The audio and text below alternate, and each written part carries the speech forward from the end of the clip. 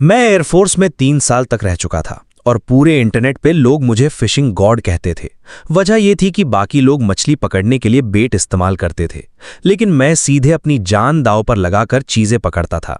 फर्क बस इतना था कि मेरे कांटे में मछलियां नहीं, कुछ और ही फंसता था। कभी इंसानी लाशों से भरे सूटकेस निकल आते, कभी बम।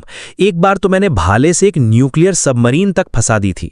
और एक दिन अपने बॉस का चीटिंग वाला इल्लीगल फिशिंग नेट पकड़ लिया। नतीजा, बॉस सीधे जेल पहुंच गया, रहने और खाने की पूरी सुविधा के साथ। मतलब आज तक मैंने एक भी मछली नहीं पकड़ी थी, लेकिन पुलिस स्टेशन की जेल की आधी कोठरियां जरूर भर दी थी। अब हालत यह हो गई थी कि पुलिस वाले मुझे देखकर घबरा जाते थे। भाई हाथ जोड़ते हैं, अब फिशिंग मत करना। उस दिन शहर के बाहरी इलाके की साफ नदी के किनारे मैं दोपहर की तपती धूप में बैठा था। सूरज किसी क्रूर सौतेली माँ की तरह मेरे ऊपर आग बरसा रहा था। गर्मी से पूरा शरीर पसीने से भीग चुका था, लेकिन पानी में तैर रहा मेरा बॉबर 1 इंच भी नहीं हिल रहा था। मैं लगभग हीट स्ट्रोक का शिकार होने वाला था कि तभी अचानक पानी में हल्की सी लहर उठी। बॉबर हिल गया, मेरी आंखें चमक उठी। आ गई। मैंने दोनों हाथों से फिशिंग रॉड कसकर पकड़ी और पूरी ताकत से ऊपर खींचा, लेकिन अगले ही पल मेरा चेहरा बदल गया। रॉड हिली तक नहीं, उल्टा पानी के नीचे से एक भयानक ताकत रॉड के जरिए मेरे हाथों तक पहुंची। इतनी ताकत कि मैं लगभग नदी में खिंच गया। हे भगवान, ये तो बहुत बड़ी है, पक्की बड़ी वाली। पास बैठे कुछ मछुआरे जो झपकी ले रहे थे, शोर सुनकर भागते हुए आए। एक ने रॉड देखकर कहा, वाह लड़के, रॉड जिस तरह झुक रही है कम से कम 70-80 पाउंड की होगी। दूसरा चिल्लाया, संभल कर, ढील मत छोड़ना, भागने मत देना। उनकी बातें सुनकर मेरे अंदर भी जोश भर गया। मैंने पूरी ताकत लगा दी। धीरे धीरे पानी के नीचे की चीज ऊपर आने लगी। मैं सोच रहा था शायद 100 पाउंड की ग्रास कार्प होगी या फिर 1 मीटर लंबी कल्टर फिश। सब लोग सांस रोककर देखने लगे। धीरे धीरे पानी में काली परछाई दिखाई देने लगी, लेकिन वो किसी मछली का शरीर नहीं, ना पंख ना पूंछ, बल्कि एक फूला हुआ हरा स्नेक स्किन बैग था। शायद वो बहुत लंबे समय से पानी में पड़ा हुआ था। उस पर कीचड़ और काई चिपकी हुई थी। दूर से वो किसी बड़े बालों वाले राक्षस जैसा लग रहा था। आसपास खड़े लोगों ने निराश होकर सिर हिलाया। कितना अफसोस, इतनी मेहनत करके कचरे का बोरा निकाल लिया। मेरी खुशी पल भर में खत्म हो गई। मैंने उदासी से बोरे को किनारे खींचा, लेकिन जैसे ही वो किनारे पहुंचा, अचानक हवा में भयानक बदबू फैल गई। उसमें एक अजीब सी मीठी लेकिन बेहद सड़ी हुई गंध थी। पास खड़ा एक मछुआरा सहन नहीं कर पाया। वो तुरंत उल्टियां करने लगा। मैंने नाक दबाई और फिश हुक निकालने के लिए नीचे झुका, लेकिन जैसे ही नीचे बैठा, मेरी आंखें फैल गई। बोरे में फिश हुक से बने छेद के अंदर से एक पैर की उंगली बाहर दिखाई दे रही थी। उस पर लाल नेल पॉलिश लगी हुई थी। एक पल में मेरा दिमाग सुन्न हो गया। मैं जमीन पर बैठ गया। मेरा शरीर जैसे पत्थर बन चुका था। मैं हिल भी नहीं पा रहा था। पास खड़े एक बुजुर्ग ने मेरी हालत देखकर उत्साहित होकर बोले, क्या हुआ, खजाना निकला क्या? मुझे भी देखने दो। वो हंसते हुए पास आए, लेकिन अगले ही सेकंड उनके चेहरे का रंग उड़ गया। उनकी आंखें फट गईं, फिर उनकी तेज चीख नदी किनारे गूंज उठी। आह, इंसानी शरीर के टुकड़े! करीब 20 मिनट बाद नदी किनारे लाल और नीली पुलिस लाइटें चमक रही थी। 2 पुलिस वाले मेरे दोनों तरफ खड़े थे। हालांकि मेरे हाथों में हथकड़ी नहीं थी, लेकिन उनका बर्ताव ऐसा था जैसे मैं कोई क्रिमिनल सस्पेक्ट हूं। उनमें से एक थे क्राइम इन्वेस्टिगेशन टीम के कप्तान वोंग जैंग वो। उनकी आंखें बिल्कुल बाज जैसी थीं। एक नज़र ही इंसान की रूह तक कपाने के लिए काफ़ी थी। मैं कांपती आवाज़ में बोला, सर, मैं तो बस फिश सूप बनाना चाहता था। मुझे क्या पता था कि ये चीज़ निकल आएगी। वोंग जैंग वो ने मेरी खाली फिश बास्केट देखी, फिर ज़मीन पर पड़े बोरे की तरफ इशारा किया। Fish soup? उन्होंने शांत स्वर में कहा। लगता है आज नहीं बनने वाला। फिर मेरी तरफ देखा। चलो स्टेशन चलकर चाय पीते हैं। कुछ सेकंड्स बाद उन्होंने जोड़ा, इंटेरोगेशन रूम में। इंटेरोगेशन रूम में मैं डिस्पोजेबल कप हाथ में लेकर बैठा था। पूरा दिमाग सुन्न था। वोंग जांग वो सामने बैठे फाइल देख रहे थे। फॉरेंसिक जांच के बाद पता चला कि बोरे में सचमुच इंसानी अवशेष थे, लेकिन शरीर लगभग पूरी तरह सड़ चुका था। सिर्फ उंगलियों की हड्डियां और कुछ चर्बी बची थी। अनुमान था कि हत्या कम से कम 2 साल पहले हुई थी, और इसका मुझसे कोई संबंध नहीं था। ये सुनते ही वोंग जैंग वो का चेहरा थोड़ा नर्म हुआ। ठीक है, हमारी जांच के बाद पता चला कि तुम वाकई दुनिया के सबसे बदकिस्मत मछुआरे हो। तुम जा सकते हो। फिर मुस्कुराकर बोले, वैसे अभी भी फिश सूप पीनी है? मेरा चेहरा एकदम सफ़ेद पड़ गया। मैंने दोनों हाथ हिलाए। नहीं, मैं फिशिंग छोड़ रहा हूं। जिंदगी में दोबारा कभी फिशिंग नहीं करूंगा। सारी फॉर्मेलिटीज पूरी करके मैं फिशिंग गियर लेकर पुलिस स्टेशन से बाहर निकला, लेकिन मेरी नाक में अब भी वही मीठी सड़ी गंध अटकी हुई थी। मैंने फिशिंग गियर की तरफ देखा, सोचा इसे सुखाकर फेंक दूंगा, लेकिन जैसे ही मैंने कूड़ेदान का ढक्कन खोला, अचानक मेरे दिमाग में एक आवाज गूंजी, डिंग। होस्ट की बैड लक लिमिट पार हो चुकी है। फिशिंग हीट मैप सिस्टम सफलतापूर्वक बाइंड हो गया। हर सफल कैच पर पॉइंट्स मिलेंगे। 1 point equals to $100। Newbie bonus 500 points. मेरा हाथ तुरंत रुक गया। 500 पॉइंट्स यानी $50,000। मेरे अंदर का डर पल भर में गायब हो गया। फिशिंग करके अमीर बना जा सकता है। पुराने लोग झूठ नहीं बोलते थे। मैंने समय देखा, अंधेरा होने में अभी 3 घंटे बाकी थे। मैंने मन ही मन कहा, सिस्टम ओपन। अचानक मेरी आंखों के सामने एक नीला ट्रांसपेरेंट मैप उभर आया।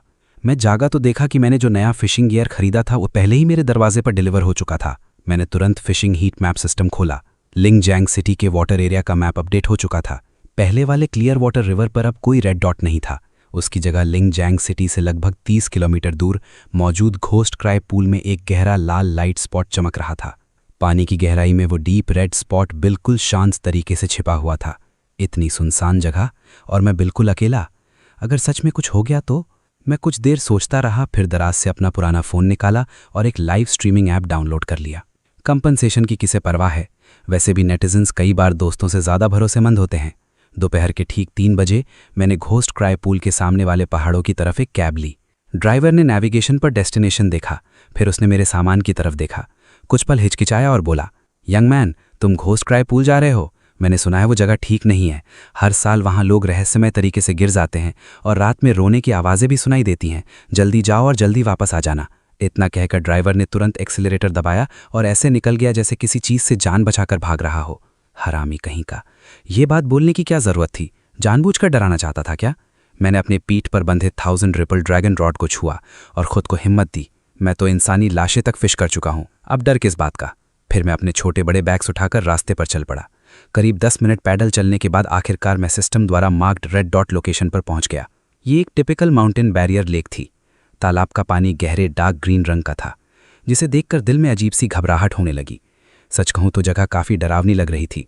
मैंने धीरे से लार निकली, एक समतल पत्थर ढूंढा, अपना सामान नीचे रखा और लाइव स्ट्रीम का सेटअप करने लगा। क्योंकि अकाउंट नया था, लाइव रूम बिल्कुल सुनसान पड़ा था, लेकिन मुझे कोई जल्दी नहीं थी। मैंने आराम से बेट तैयार किया, फ्लोट एडजस्ट किया, ग्राउंड बेट के लिए स्पून उठाया और स्कूप दर स्कूप मकई के दाने पानी में फेंकने लगा। फिर फिशिंग रॉड उठाई और पूरी ताकत से उसे फेंका। बेट बिल्कुल सटीक तरीके से उस ग्लोइंग स्पॉट के ऊपर जाकर गिरा। समय धीरे धीरे बीतने लगा, सूरज डूबने लगा, घाटी में रोशनी कम होने लगी। तभी मैंने देखा कि लाइव स्ट्रीम में लोगों की संख्या थोड़ी बढ़ गई थी। 50 से ज़्यादा लोग देखने लगे थे। सच कहूँ तो अब मेरा भी यहाँ से जाने का मन कर रहा था। पता नहीं क्यों मेरी पीठ में लगातार सिहरन दौड़ रही थी, लेकिन सिस्टम जो रेड डॉट दिखा रहा था वो यहीं थी और वो अभी भी हल्का हल्का हिल रही थी। मतलब वो चीज़ जिंदा थी। मैंने लाइव स्ट्रीम में कहा, जल्दी मत करो दोस्तों, बड़ी मछलियाँ सिर्फ रात में काटती हैं। लेकिन ये शब्द मेरे मुंह से पूरे निकले भी नहीं थे कि पानी पर तैर रहा फ्लूट अचानक बुरी तरह कांप उठा। हो गया, मैं उत्साह में चिल्लाया, ब्रदर्स देखा, काट लिया।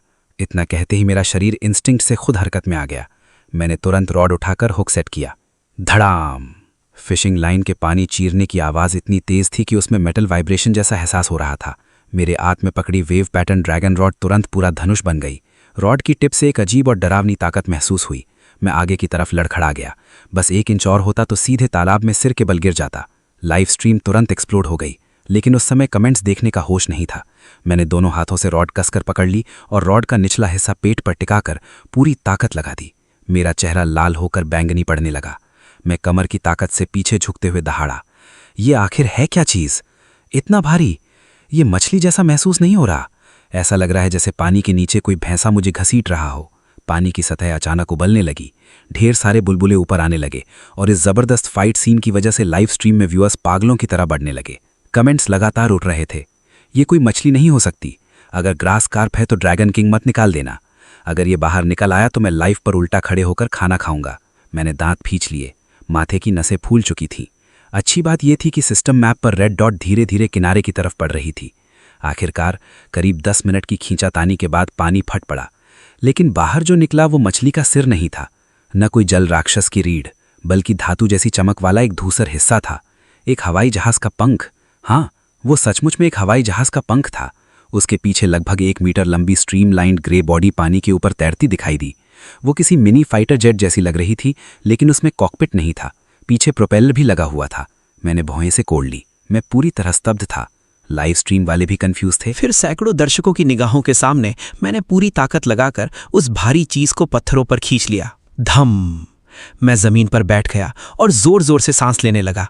तभी मुझे उसे ध्यान से देखने का मौका मिला। इस चीज की पेंट पूरी तरह सही सलामत थी। हालांकि उस पर कुछ सीवीड लिपटी हुई थी, लेकिन साफ था कि वो ज्यादा समय तक पानी में नहीं रही थी।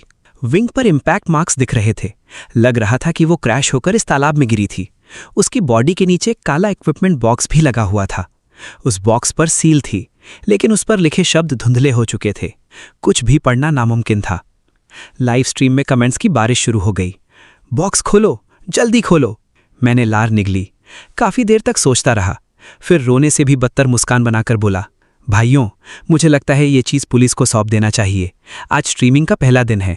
जेल जाने का इरादा नहीं है मेरा। चलो पुलिस को बुलाते हैं। मैंने फ़ोन निकाला और म्युनिसिपल क्रिमिनल इन्वेस्टिगेशन टीम के वोंगजेंग वो का नंबर डायल किया। उस समय वोंगजेंग वो अपना काम खत्म करके झपकी लेने ही वाला था, लेकिन जैसे ही फ़ोन बजा, उसने कॉलर आईडी देखा। अगले ही सेकंड वो बिस्तर से उछल पड़ा, क्योंकि स्क्रीन पर नाम था वही आदमी जो हमेशा लाशें ढूंढ कर लाता था। उसने तुरंत कॉल उठाई। मेरी पूरी बात सुनने के बाद वो बिना देर किए कपड़े पहनते हुए बोला, उस बॉक्स को हाथ मत लगाना, लाइव स्ट्रीम बंद कर दो, जहां हो वहीं रुको, मैं तुरंत टीम लेकर पहुंच रहा हूं। टेक्निकल टीम के आदमी ने सिर हिलाया, नीचे बैठा, अंदर से एक चीज़ उठाई और ध्यान से देखने लगा। फिर उसने गहरी सांस लेते हुए कहा, सोने से भी महंगा ये चिप्स हैं, और सिर्फ साधारण चिप्स नहीं बल्कि हाई एंड चिप्स। अभी मार्केट में इन पर भारी रेगुलेशन लगा हुआ है। इस पूरे बॉक्स की कीमत कम से कम 10 लाख हो सकती है। संभवतः ये स्मगलिंग का मामला है। वोंगजेंग वो का चेहरा गंभीर हो गया। उसने गहरी भौहें सिकोड़ते हुए कहा, हाल ही में अफवाहें सुन रहा था कि पहाड़ों में एक स्मगलिंग रिंग ड्रोन्स का इस्तेमाल करके cross border fly line smuggling कर रही है, लेकिन ये कभी नहीं सोचा था कि उनमें से एक घोस्ट रिजर्वॉयर में क्रैश हो जाएगा और कोई उसे मछली पकड़ते पकड़ते बाहर निकाल लेगा। इतना सोचकर वोंगजेंग वो पीछे मुड़ा और मुझे घूर कर देखने लगा। उसकी आंखों में एक तिहाई हैरानी और बाकी पूरा शक भरा था। सच सच पता, अंडरवर्ल्ड में तेरे कुछ कॉन्टैक्ट्स हैं क्या? हर बड़े केस के आसपास तू फिशिंग करता हुआ क्यों मिलता है? मैंने तुरंत हाथ उठाया। कैप्टन वोंग, भगवान की कसम मैं सच में सिर्फ मछली पकड़ने आया था। अब पानी में ये कबाड़ क्या कर रहा था मुझे क्या पता। सच कहूं तो मुझे तो उम्मीद थी कि कम से कम 100 पाउंड की कोई जायंट ब्लैक कार्प निकलती। वोंगजेंग वो ने सिर हिलाया और लंबी सांस छोड़ी। फिर उसने बाकी लोगों की तरफ इशारा किया। ठीक है, पहले सामान वापस ले चलो, और शिन्मो तुम भी हमारे साथ चलो। समझ गया, मैं तुरंत बोला। लेकिन कैप्टन वोंग, इस बार मैं आगे वाली सीट पर बैठ सकता हूँ। पुलिस कार की पीछे वाली सीट बहुत सख्त होती है। वोंगजेंग ने फिर से आंखें घुमाई। हालांकि इस बार उसने मना नहीं किया। उस रात मेरी लाइव स्ट्रीम बीच में बंद हो गई थी, लेकिन ड्रोन पकड़ने वाली क्लिप इंटरनेट पर वायरस की तरह फैल गई। सिर्फ एक दिन बाद मैं लिंगजैंग सिटी में सेलिब्रिटी बन चुका था। हालांकि क्लासिफाइड डिटेल सार्वजनिक नहीं की जा सकती थी, लेकिन ऑफिशियल अनाउंसमेंट फिर भी जारी हुआ। एक पब्लिक स्पिरिटेड सिटीजन जिसका नाम शुन था, उसने पुलिस की मदद करके एक बड़े स्मगलिंग केस को सुलझाने में महत्वपूर्ण भूमिका निभाई। ऊपर से पहले वाला डिसमेंबरमेंट केस भी टीवी पर आ चुका था। नतीजा, एक ही रात में मेरे अकाउंट पर 50,000 से ज़्यादा फॉलोअर्स आ गए। कमेंट सेक्शन प्रतिभाशाली लोगों से भरा पड़ा था। आहा, अडल्ट मूवी डायरेक्टर, ये क्या बकवास है?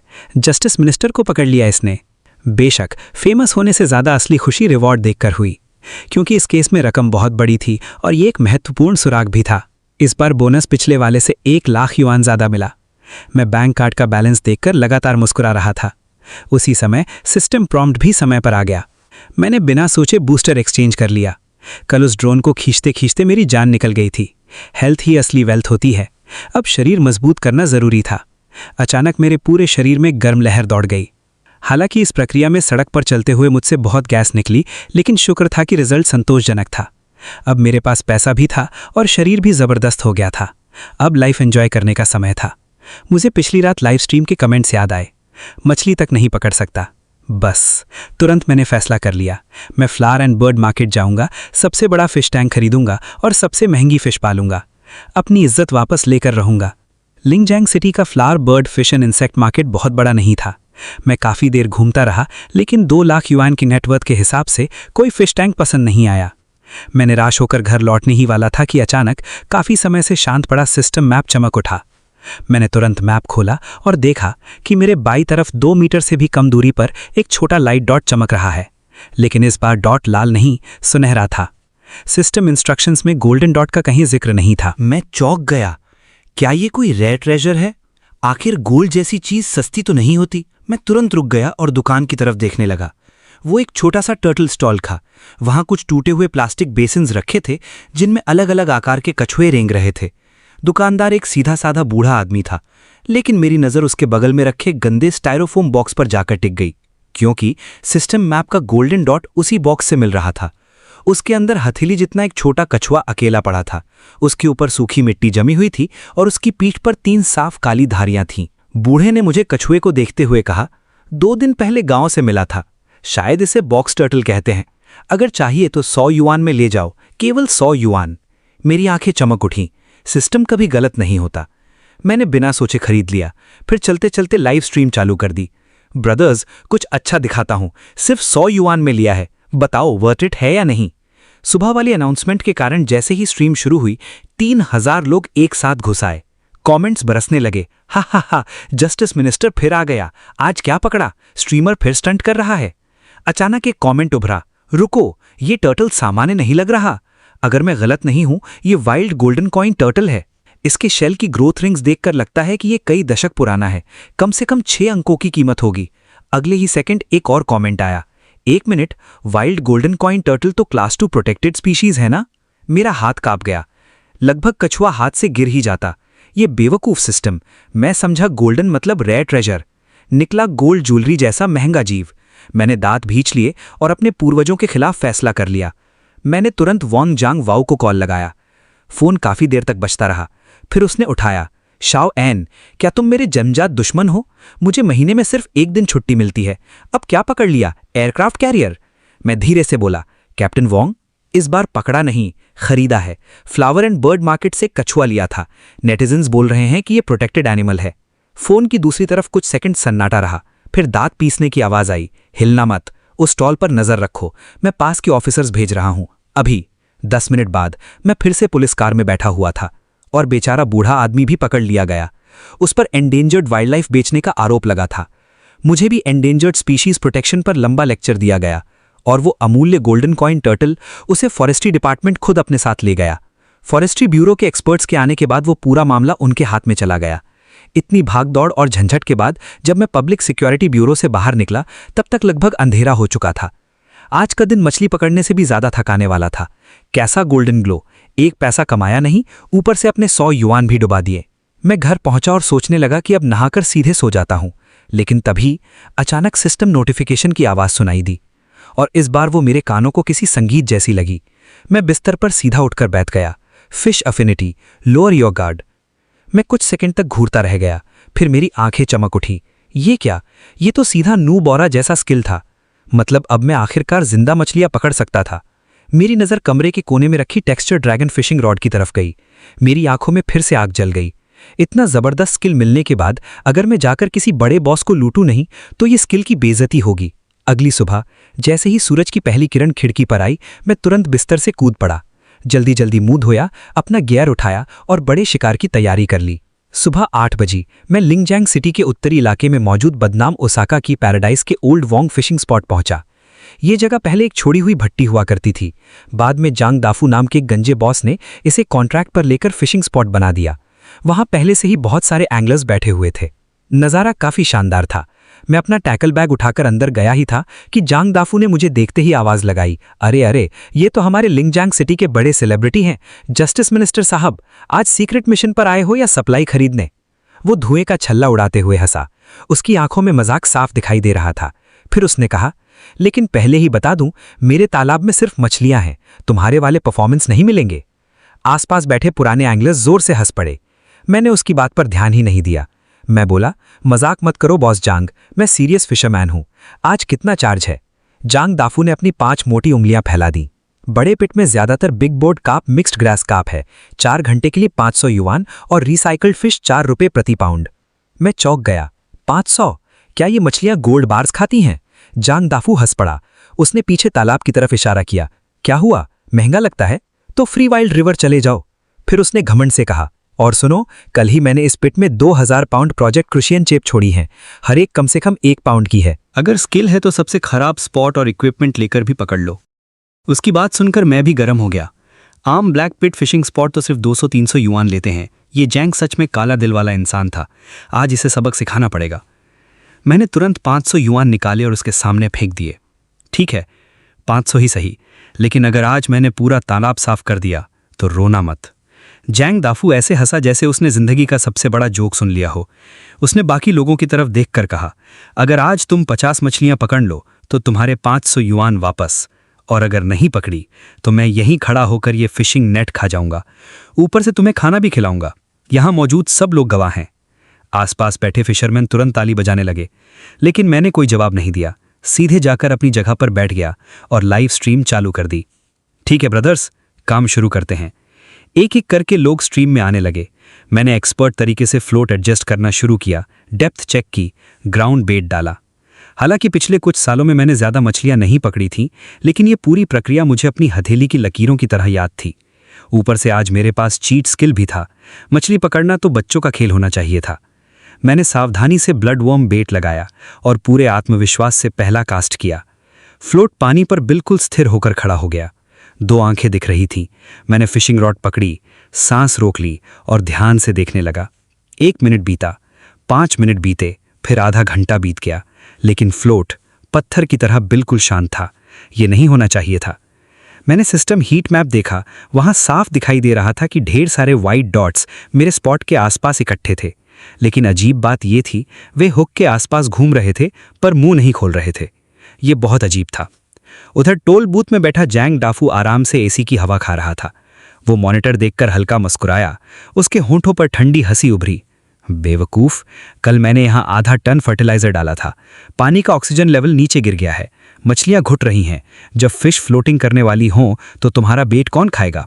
समय बीतता गया और मेरे माथे पर पसीना आने लगा। आज कहीं खुद की ही बेइज्जती तो नहीं करा बैठूंगा। लाइव स्ट्रीम का माहौल भी बदलने लगा। कमेंट्स उड़ने लगे, स्ट्रीमर आज कुछ करेगा भी? इतनी देर हो गई, एक बाइट तक नहीं आया। योर ऑनर, मामला संदिग्ध लग रहा है। मुझे लगता है पुलिस बुलानी पड़ेगी। यहां फिशी फ्रॉड की स्मेल आ रही है। ये सब देखकर मेरी इज्जत सच में दांव पर लग गई थी। मैंने गहरी सांस ली और मन ही मन बुदबुदाया, system skill, full power, junior torpedo river clear, activate now. जैसे ही ये ख्याल मेरे दिमाग में आया, मेरे शरीर से एक अदृश्य लहर पानी के अंदर फैल गई और अगले ही सेकंड चमत्कार हो गया। हीट मैप पर जो वाइट डॉट्स आलस से चक्कर काट रहे थे, वे अचानक बेचैन हो उठे और पागलों की तरह मेरे फिशिंग स्पॉट की तरफ दौड़ पड़े। जो पानी अभी तक शांत था, वो अचानक उबलते हुए पानी की तरह खौलने लगा। मेरी आंखें चमक उठी। मैंने फिशिंग रॉड कसकर पकड़ी और लाइव स्ट्रीम में चिल्लाया, आ गए। ठीक है ब्रदर्स, ध्यान से देखो, मछलियां होल में आ गई हैं। लाइव स्ट्रीम वाले भी पानी में अचानक हुए बदलाव को देख चुके थे। कमेंट्स पागलों की तरह उड़ने लगे। होली क्रैप, ये क्या हो रहा है? पानी अचानक क्यों फट पड़ा? क्या आज फुल स्कोर होने वाला है? लेकिन मामला मेरी उम्मीद से थोड़ा ज्यादा अजीब दिशा में जा रहा था। मछलियां आई जरूर थीं, लेकिन ऐसा नहीं लग रहा था कि वे बेट के लिए आई थीं, बल्कि ऐसा लग रहा था जैसे कोई फैन क्लब अपने आइडल से मिलने आ गया हो। वे पागलों की तरह मेरे फ्लोट से रगड़ खा रही थीं, फिशिंग लाइन के साथ साथ घूम रही थीं। कुछ तो पानी से बाहर छलांग भी लगा रही थीं, जैसे सीधे किनारे पर चढ़ना चाहती हों। धप, 2 पाउंड से भी ज्यादा भारी एक ब्रीम मछली मेरे पैरों के पास आ गिरी। कीचड़ में तड़पते हुए उसका मुंह खुल बंद हो रहा था, जैसे वो चिल्ला रही हो, भाई मैं तुमसे प्यार करती हूं। मैं वहीं जम गया। लाइव स्ट्रीम में नेटिजन्स भी पूरी तरह स्तब्ध थे। कमेंट्स फट पड़े, ये कौन सी कारी जादू की बेट शॉप है? स्ट्रीमर, तूने पानी में क्या मिलाया? ये मछलियां अचानक पागल क्यों हो गई? क्या ये लेजेंडरी फिश अपोकलिप्स है? उधर जैंग दाफू का चेहरा भी बदल चुका था। डर के मारे उसके हाथ से सनफ्लावर सीड्स तक गिर गए। वो कई सालों से फिशिंग स्पॉट चला रहा था। उसने एक्सपर्ट्स भी देखे थे, नूब्स भी देखे थे, लेकिन मछलियों को खुद पानी से बाहर कूदते कभी नहीं देखा था। लेकिन इस समय मैं खुश नहीं था। मेरे माथे पर ठंडा पसीना आ चुका था। इतनी सारी मछलियां मेरे चारों तरफ घूम रही थीं, लेकिन एक भी हुक नहीं निकल रही थी। मैंने रॉड उठाई और सिर्फ एक स्केल निकल कर आई। मैं गुस्से में दांत पीसने लगा। धत तेरी की, सिर्फ रगड़ क्यों खा रही हो? सीधा काट क्यों नहीं लेती? जब मैं इन पागल फैन से निपटने की कोशिश कर रहा था, तभी मेरी नजर अचानक हीट मैप पर गई। घने वाइट डॉट्स के बीच एक पहचाना रेड डॉट चमक उठा, सीधे मेरे नीचे।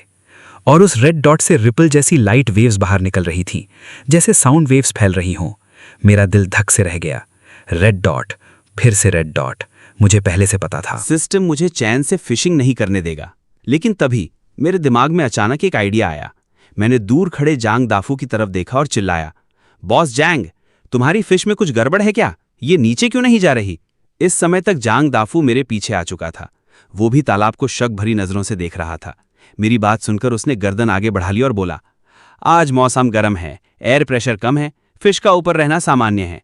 फिर उसने होंठ टेढ़े किए, तुम्हारी टेक्निक खराब है, फिश को दोष क्यों दे रहे हो? सीधे बोलो, तुम ही बेकार हो। मैंने ठंडी हंसी छोड़ी और पानी के नीचे चमकते रेड डॉट को देखते हुए कैमरा की तरफ मुस्कुराया।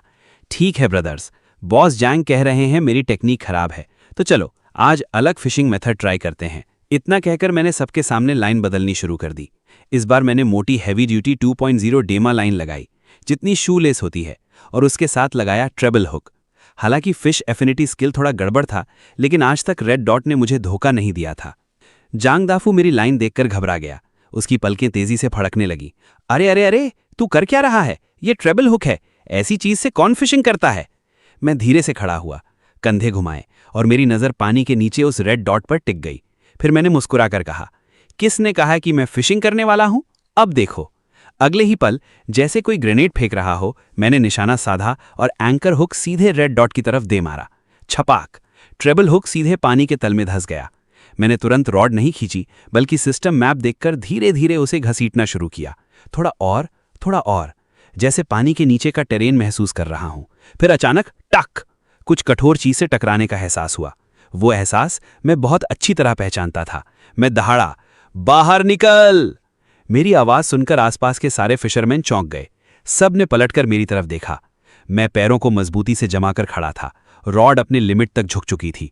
मैंने ड्रैगन फिशिंग पोल को पूरी ताकत से ऊपर खींचा। अगर पहले हुक सेट करना धनुष चलाने जैसा था, तो इस बार ऐसा था जैसे कोई विशाल लोहे का तार खींच रहा हूं। फिशिंग लाइन के पानी चीरने की डरावनी आवाज पूरे फिशिंग स्पॉट में गूंज उठी। नीचे जो भी था वो बेहद भारी था। मैं उसे बाहर खींचना तो दूर, खुद लगभग गिर पड़ा। उधर जांग दाफू ने राहत की सांस ली, फिर उछल उछल कर चिल्लाने लगा, फंस गया, पक्का फंस गया। शैन सुन ले, अगर लाइन टूट गई तो मेरी जिम्मेदारी नहीं। लाइव स्ट्रीम में भी हड़कंप मच गया। कमेंट्स की बारिश शुरू। ये फिशिंग कम और टग ऑफ वॉर ज्यादा लग रही है। अब टूटेगी लाइन, ड्राई फ्राई मूव देखने को मिलेगा। कहीं कोई बहुत बड़ी चीज तो नहीं? लेकिन तभी मैंने महसूस किया नीचे की चीज हिल रही थी, लेकिन भागने की कोशिश नहीं कर रही थी, बल्कि बहुत तेज फ्रीक्वेंसी वाली हल्की कंपन कर रही थी, जैसे पानी के नीचे कोई इलेक्ट्रिक मोटर चालू हो। मैंने दांत भींच लिए, माथे की नसें बाहर निकल आईं और बेसिक फिजिक इन्हेंसर से बदला हुआ मेरा शरीर पूरी ताकत से फटने को तैयार था। उसी पल अचानक जबरदस्त ताकत फटकर बाहर निकली। आजा, ऊपर निकल! गंदले पानी की तेज लहर के साथ कीचड़, उलझी हुई जंगली घास और फिशिंग नेट का एक बड़ा गुच्छा ऊपर उछला। मैंने पूरे जोर से नीचे पड़े उस बड़े माल को खींचकर बाहर निकाल लिया। सभी लोगों ने देखा कि वो एक आयताकार काला डिब्बा था, जो देखने में किसी बड़े स्पीकर जैसा लग रहा था। उससे एक लंबी वाटरप्रूफ केबल जुड़ी हुई थी, जो तालाब के दूसरे तरफ तक जा रही थी। जैसे ही मैनेजमेंट हाउस की तरफ से जुड़ी वो चीज पानी से बाहर निकली, पहले जो कान चीर देने वाली भनभनाहट और तीखी इलेक्ट्रिक आवाज आ रही थी, वो अब साफ सुनाई देने लगी। किनारे पर खड़े लोगों को ऐसा लगा जैसे किसी ने उनके कानों के पर्दों में सुई घुसा दी हो। साथ ही एक अजीब सी चिड़चिड़ाहट और बेचैनी भी महसूस होने लगी। जो मछलियां अभी तक मेरे आसपास घूम रही थी, जैसे ही वो चीज पानी से बाहर निकली, वो बुरी तरह डर गई। छींटे उड़ाती हुई वो हर दिशा में भागने लगी और पागलों की तरह किनारे से टकराने लगी। कुछ तो उल्टा पेट ऊपर करके तैरने लगी। एक पल के लिए सभी मछुआरों ने अपनी फिशिंग रॉड नीचे रख दी और उस काले डिब्बे को घूरने लगे। एक बूढ़े मछुआरे ने अपने रीडिंग ग्लास उतारे और आंखें सिकोड़ते हुए कहा, क्या ये आखिर है क्या चीज? मैंने ठंडी हंसी छोड़ी और धड़ाम से वो चीज जांग दाओ के पैरों के सामने फेंक दी। मिस्टर जैंग, जरा समझाओगे, यही है तुम्हारा लो एयर प्रेशर या मेरी स्किल कमजोर थी? जांग दाओ का चेहरा एकदम सफेद पड़ गया। उसने घबराकर तुरंत पावर केबल पकड़ने की कोशिश की, लेकिन मैंने पहले ही उस पर पैर रख दिया। मैंने आसपास खड़े लोगों की तरफ देखा। दोस्तों, अगर मैं गलत नहीं हूं तो इसे high frequency sonic fish attractor कहते हैं। आसान भाषा में बोलूं तो ये इलेक्ट्रॉनिक वर्जन वाला किल एवरीथिंग नेट है। ये सुनते ही सभी मछुआरों को समझ में आ गया कि मामला क्या है, और अगले ही पल उनका गुस्सा फट पड़ा। क्या बकवास है! तो इसीलिए मैं, एक रिटायर्ड एयरफोर्स वाला आदमी, यहाँ एक भी मछली नहीं पकड़ पा रहा था? हरामी कहीं के! मैं इसे जानता हूं, इसे ऑन करते ही 50 मीटर के अंदर की सारी मछलियों का दिमाग खराब हो जाता है। बेट खाना तो दूर, जिंदा बच जाएं वही बहुत बड़ी बात है। 1 दर्जन गुस्साए मछुआरे लैंडिंग नेट हाथ में लेकर जांग डाफू को घेरने लगे। जांग डाओ के पैर कांप रहे थे। गलतफहमी है, ये गलतफहमी है, ये पहले से पड़ा हुआ था, माफ कर दीजिए, गलती से स्विच ऑन हो गया। भीड़ और भड़क गई। मजाक कर रहा है, इसकी वायरिंग तो बिल्कुल नई लग रही है, रिफंड दो, रिफंड। तभी अचानक दूर से पुलिस सायरन की आवाज सुनाई देने लगी। आवाज तेजी से पास आती गई। पता नहीं किसने पुलिस बुला ली थी। पुलिस की गाड़ी आकर रुकी, दरवाजा खुला और अंदर से एक जानी पहचानी लंबी टांग बाहर आई। वो था वोंग जैंग वो। इस बार वो प्लेन क्लोथ्स में था। उसके हाथ में स्टीम्ड बंस का बैग भी था। लग रहा था बेचारे ने अभी तक नाश्ता भी नहीं किया था और बीच में ही कॉल आ गई। वोंग जैंग वो की नजर भीड़ पर घूमी और आखिरकार मुझ पर आकर रुक गई। उसने गहरी सांस ली, फिर कनपटियां दबाते हुए बोला, शिन्मो, काम के समय मेरे ऊपर ट्रैकर लगा रखा है क्या? मैं बस आराम से नाश्ता लेने गया था और तुमने फिर नया कांड कर दिया। मैंने तुरंत मासूम चेहरा बनाया और जमीन की तरफ इशारा किया। कैप्टन वोंग, मैं कसम खाता हूं, आपको पता है मैं कई दिनों से एक भी मछली नहीं पकड़ पाया हूं, इसलिए आज खास तौर पर फिश पॉन्ड आया था। किसे पता था कि फिर से ये चीज निकल आएगी? और ये मालिक स्कैम कर रहा था, एक आदमी से 500 ले रहा था। मैं तो पब्लिक सर्विस कर रहा हूं। वोंग जैंग वो ने अभी भी भनभना रहे उस चीटिंग डिवाइस को देखा और हंस पड़ा। हालांकि इस तरह का केस उनकी क्रिमिनल इन्वेस्टिगेशन टीम के अधिकार क्षेत्र में नहीं आता था, लेकिन जब मामला बड़े फ्रॉड का हो तो नजरअंदाज भी नहीं किया जा सकता। उसने हाथ हिलाया। पीछे खड़े कई पुलिस अधिकारी तुरंत आगे बढ़े और जांग दाफू को पकड़ लिया। उधर लाइव स्ट्रीम पूरी तरह फट चुका था। स्क्रीन पर लगातार कमेंट्स बरस रहे थे, लॉर्ड शिन की जय, न्याय मंत्री शिन जिंदाबाद। मामला खत्म करने के बाद वोंग जांग वो मेरे कंधे पर हाथ रखकर बोला, बुरा नहीं बच्चे, 2 दिन नहीं मिले और तुमने क्रिमिनल केसेस से बढ़ाकर इकोनॉमिक क्राइम्स तक पहुंचा दिया। मैंने अपना खाली बैलेंस देखा, फिर मजबूर मुस्कान के साथ बोला, कैप्टन वोंग, आप बहुत तारीफ कर रहे हैं। सच कहूं तो मैं तो बस एक बड़ी क्रैब पकड़ना चाहता था। देखो, आज भी खाली हाथ रह गया। वोंग जैंग वो ने फिश बास्केट की तरफ देखा, फिर किनारे पर तड़पती मछलियों की ओर इशारा करके हंसते हुए बोला, अरे वहां तो एक तो है। मैंने उस मछली को पैर से वापस पानी में धक्का दिया और सिर हिलाया। वो नहीं गिना जाएगा। एक मछुआरे के लिए जमीन से उठाना कैच करना नहीं होता। अगली बार मैं जरूर मछली पकड़ूंगा। इसके बाद वोंग जैंग वो पुलिस गाड़ी के साथ सायरन बजाता हुआ चला गया। उसी समय मेरी आंखों के सामने सिस्टम इंटरफेस फिर चमका। नया मैसेज सामने आ गया। मैं एक पल के लिए सोच में पड़ गया। धत्तरी की, ये काम तो असली फिशिंग से भी ज्यादा फायदेमंद लग रहा है। लेकिन अगले ही पल मैंने जोर से सिर हिलाया और इस खतरनाक सोच को दिमाग से निकाल दिया। मैं एक मछुआरा हूं, बाउंटी हंटर नहीं। मैं अपने असली इरादे नहीं भूल सकता। मैंने समय देखा, अभी काफी जल्दी थी, इसलिए मैं अपना खाली फिश बास्केट उठाकर तुरंत दूसरी जगह निकल गया। लेकिन मुझे बिल्कुल अंदाजा नहीं था कि एक फोटो की वजह से मैं पूरे लिनजैंग शहर के फिशिंग सर्कल में लेजेंड बन चुका था। उस फोटो में मैं अपनी signature BU dragon fishing rod पकड़े खड़ा था। पीछे सील किया हुआ फिश पॉन्ड और चमकती पुलिस कारें दिखाई दे रही थीं।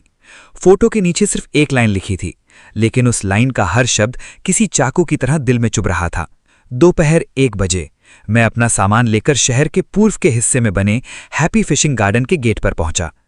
जब ओल्ड जैन का फिशिंग स्पॉट नकली निकला तो अब किसी असली जगह चलते हैं। सुना था इस जगह का मालिक काफी अच्छा इंसान है। फिशिंग कम्युनिटी में उसकी रेपुटेशन भी अच्छी थी। बस मेरे घर से काफी दूर पड़ता था, इसलिए मैं पहली बार यहां आया था। मैं गेट के पास पहुंचा और फीस पूछने ही वाला था कि अचानक गेटकीपर की आंखें ऐसे फैल गईं जैसे उसने कोई भूत देख लिया हो। वो घबराकर मुड़ा और अंदर भागते हुए चिल्लाया, बॉस बॉस भागो, यमराज आ गया। उस बूढ़े आदमी को भागते देखकर मैं पूरी तरह हैरान रह गया। मेरे दिमाग ने जैसे काम करना बंद कर दिया था। आखिर हुआ क्या था? आधे मिनट से भी कम समय बीता होगा कि अचानक मालिक 2 सिगरेट के पैकेट हाथ में लेकर बाहर दौड़ता हुआ आया और बिना कुछ कहे उन्हें मेरी बाहों में ठूस दिया। उसके चेहरे पर जबरदस्ती की मुस्कान थी। भाई, अच्छे लड़के हो तुम। सुनो, अगर चाहो तो कहीं और शिफ्ट हो जाओ, कोई बात नहीं। मास्टर, मैं यहां बस एक छोटा सा बिजनेस चला रहा हूं, थोड़ा रहम करो। ये 2 पैकेट मेरी तरफ से हैं। क्या आप कहीं और जाकर मछली नहीं पकड़ सकते? मैं एकदम चौंक गया। ऐसी बात नहीं है बॉस, मैं तो बस शांति से मछली पकड़ना चाहता हूं। वो लगभग रोने वाला चेहरा बनाकर बोला, मास्टर शिन, बात ये नहीं कि मैं आपको मछली पकड़ने नहीं देना चाहता। मुझे बस डर लग रहा है कि अगर आपने यहाँ कांटा फेंका तो कहीं मेरे परदादा की हड्डियां ही बाहर ना निकाल लाएं। मैं इतना बड़ा झटका सह नहीं पाऊंगा। ये कहकर उसने कड़वी मुस्कान के साथ अपना फोन निकाला और मेरी तरफ बढ़ा दिया। 10 मिनट बाद मैं सड़क किनारे खड़ा था। हाथ में 2 सिगरेट के पैकेट थे और दिमाग पूरी तरह गड़बड़ हो चुका था। ये क्या मुसीबत है? ये तो कमबख्त किसी कर्स जैसा लग रहा है। मैं तो बस आराम से मछली पकड़ना चाहता था। आखिर में फिशिंग इंडस्ट्री का पब्लिक एनिमी नंबर 1 कैसे बन गया? फिशिंग स्पॉट में घुस नहीं सकता, जंगली नदी में जाऊं तो बदकिस्मती पीछा करती है। क्या किस्मत में कसम ढाली है इस एयरफोर्स वाले की जिंदगी बर्बाद करने की? तभी जेब में रखा फोन अचानक वाइब्रेट हुआ। मैंने निकाल कर देखा, वो मेरे फिशिंग बडी ओल्ड चुन का वॉइस मैसेज था। जैसे ही मैंने खोला, उधर से जोरदार हंसी सुनाई दी। सुना है लिंगजांग के सारे फिशिंग स्पॉट ने तुम्हें ब्लैकलिस्ट कर दिया है? ये तो बहुत मजेदार है। मैंने आंखें घुमाई, गुस्से में फोन उठाया और टाइप किया, दफा हो जा। कुछ देर बाद ओल्ड चुन का दूसरा वॉइस मैसेज आया। इतना निराश मत हो, अगर फिश पॉन्ड नहीं जाने दे रहे तो रिजर्वॉयर चले जाओ। हमारे नीचे वाले जिलों में कई बड़े रिजर्वॉयर हैं, जैसे dragon king reservoir, black water pond और भी बहुत। थोड़ा दूर हैं, लेकिन वहां की मछलियां बड़ी और पूरी वाइल्ड हैं। वहां कोई रोकने वाला भी नहीं। ये सुनते ही मेरी आंखें चमक उठीं। सही बात, रिजर्वॉयर इतने बड़े होते हैं कि वहां कोई बॉस नहीं होगा।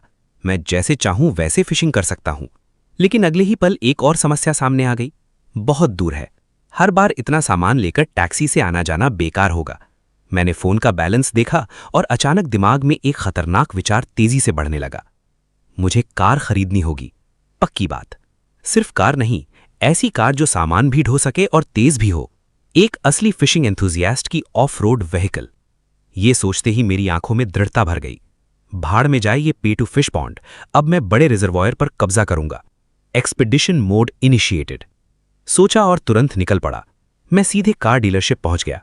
अपनी पसंद की ऑफ रोड व्हीकल चुनने में मुझे पूरे 10 मिनट लगे। उसके बाद मैंने एक्सीलरेटर दबाया और कार सीधे शोरूम से बाहर निकाल दी। पीछे बस धुआं रह गया और शॉक्ड सेल्स स्टाफ। तभी दिमाग में फिर वही परिचित आवाज गूंजी, डिंग। होस्ट ने पहली मोटर व्हीकल प्राप्त कर ली है।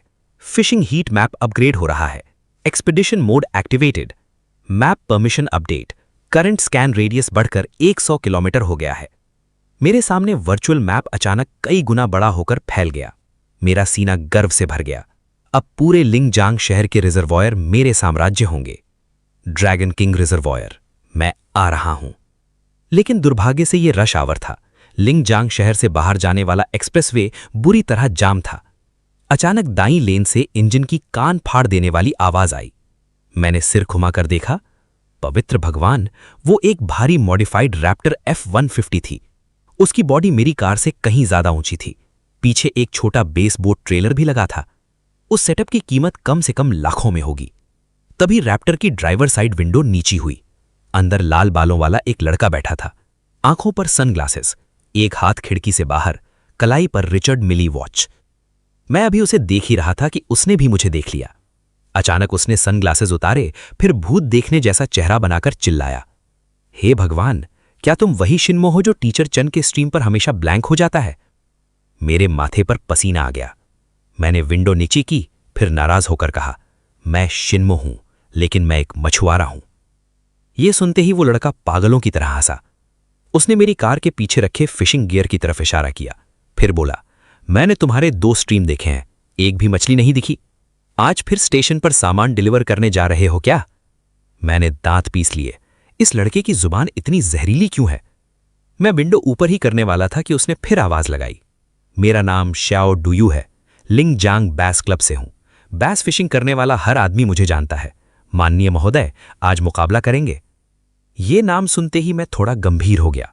लिंगजांग फिशिंग सर्कल में इसका नाम काफी मशहूर था।